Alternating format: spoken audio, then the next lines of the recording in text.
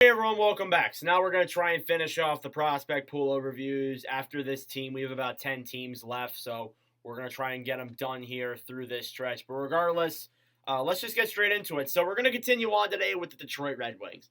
And the Red Wings are obviously a team that has been rebuilding for a while. Some of their prospects have graduated, like Moritz Seider, Lucas Raymond, and such. But there are still some guys in the system that are going to be worth talking about and just where their overall direction is going to be. So we're going to start off with Marco Casper, someone who arguably on the Red Wings could very well get a chance up in the lineup. He's a center from Innsbruck, Austria. He's 6'1", 192 pounds, and he was the Champions League champion in 21-22. So obviously, there's been a lot of talks from Red Wings fans saying that he's going to be one of the next best centers.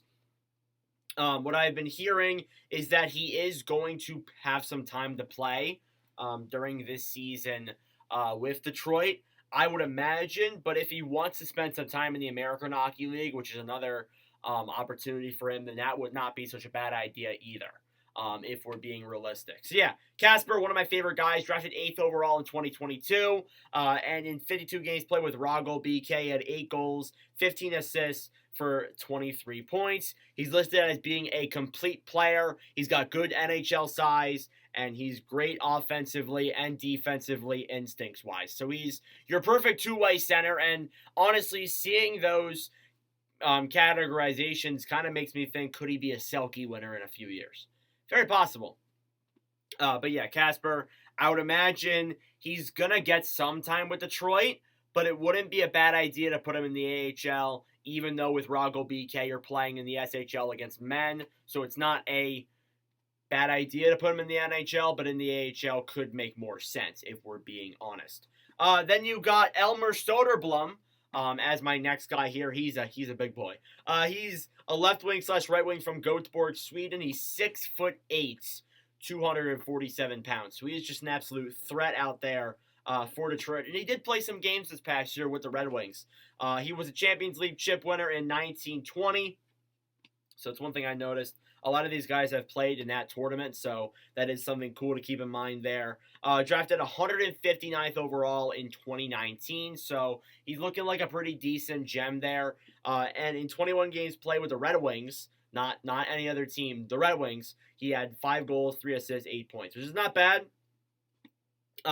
He honestly, he played probably bottom 6 minutes, if I'm correct. He probably played on the third line. So honestly, in the games that he played, I thought he looked decent. Definitely as a 6'8" guy, he has the size to, be a consistent threat out there offensively. Obviously, there are skating concerns with guys who are taller, but I don't think you really need to worry about that with Soderblom. Technically, he is still a prospect, if you're wondering. I would imagine next year when I do this, he won't be. But regardless, he's a behemoth winger. He's going to be someone that we're going to keep an eye on for sure if you're Detroit for the next few years at that bottom 6 role. That's really where I see him being at a 6'8" build like he is. Next up, then, you have Nate Danielson, the draft pick that they acquired from this past year's draft. A center from Red Deer, Canada. He's 6'2", 187 pounds. And one thing I've noticed, sorry, I just bumped my table. One thing I noticed is that Detroit really has a lot of centers. They're going to be very deep down the middle. You got Larkin, you got Casper, and you got Nate Danielson. Now, obviously, Danielson will take a little bit longer than others to develop. Casper's pretty much right there and ready. But Danielson this past year with the Brandon Wheat Kings had 68 games played, 35 goals, 45 assists for 78 points. Obviously, a very high offensively scoring league, but still good numbers there for a guy like Danielson. He was, in fact, the captain of the Brandon Wheat Kings, so that is a cool thing to keep in mind. He creates offensive drive. That's one thing I've seen. He's a really offensive center. Definitely going to be an interesting guy there. Probably fitting in well for Detroit for sure on that center core. And again, they're really deep down the middle, so we're going to see some things probably happen. But overall, I like the way they're going with those 3 forwards. But yeah, obviously you got the size there in Soderblom, you got the offense and defense in Casper, and then you got some good offensive capabilities in Danielson there too. Now the defense is more interesting because it's obviously a blue line that is more or less. You look at the blue line this coming year. You got Sherratt, you got Petrie, you got Hall. And those are 3 guys who have been criticized for being liabilities on the blue line. But seeing the prospects coming up in the system makes you feel pretty happy right now. But regardless, Simone Edmondson looks like he is going to be ready for a full potential season with Detroit.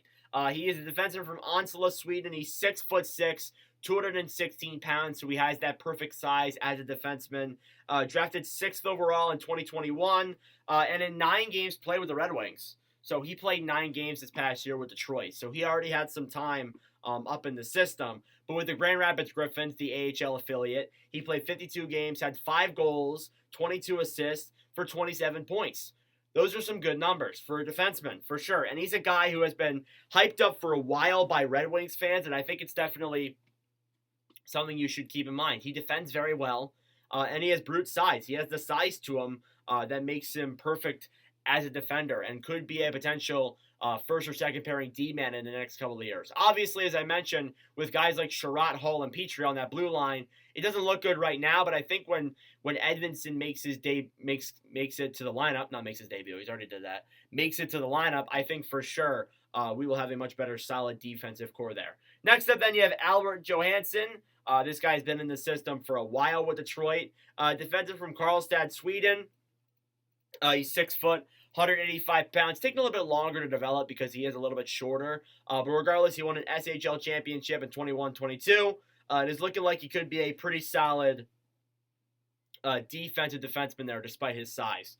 Drafted 60th overall in 2019. So as I mentioned, he's kind of been in the system for a while. And then in 53 games played this year with the Grand Rapids Griffins, he had 5 goals, 10 assists for 15 points. So yeah, he has good mobility, can play with the pace. Obviously, he's a little bit shorter than others, but he did put up decent numbers there as a defender. Could be a good either two-way or defensive, not entirely too sure there. But yeah, Johansen, I would like to see him probably make his debut this coming year at some point. Not play a full season, but play at least like 5 to 9 games or something like that. Give him some time up there because Detroit, although some people are saying they will be a playoff team, they aren't really expected to be, if I'm being honest. And then he got Sebastian Cosa. And Cosa has had his fair share of criticism for a while. He has. A goalie from Hamilton, Canada. He's 6'6", 209 pounds. He won the U20 World Junior Gold in 21-22 and drafted 15th overall in 2021. And here's the criticism that I've heard from a lot of people that aren't Red Wings fans. Goalies are a weird thing. And Cosa's AHL stats this past year, I don't have him on my list here. I have his ECHL stats, but his AHL stats were concerning. Yes, they were. They weren't very good in the games he played. He only played like 3 and didn't play very well. And it stinks, yes, but you got to realize that goalies are going to take longer to develop. Now, yes, Jesper Wallstedt, who was drafted that year with Cosa, is looking like he could play some games this coming year for Minnesota. But it isn't expected for Cosa to play in the NHL. You want to give him some time to develop. And, I mean, Detroit is a very deep goalie system, and that was why Cosa started off in the ECHL. And with the Toledo Walleye, he had 46 games played, a 26-16-1, with a 2.56 goals against average and a .913 save percentage. Those are great numbers in the ECHL. Honestly, what I'm going to say with Cosa is let him develop. Let him develop. It's going to take a little bit for him, maybe another 2 to 3 years, and I'll be back again with a video next year giving an update on it, but you want to let him develop, and that's the biggest thing. So yeah, Cosa, obviously he's a ways away, but again, let him develop.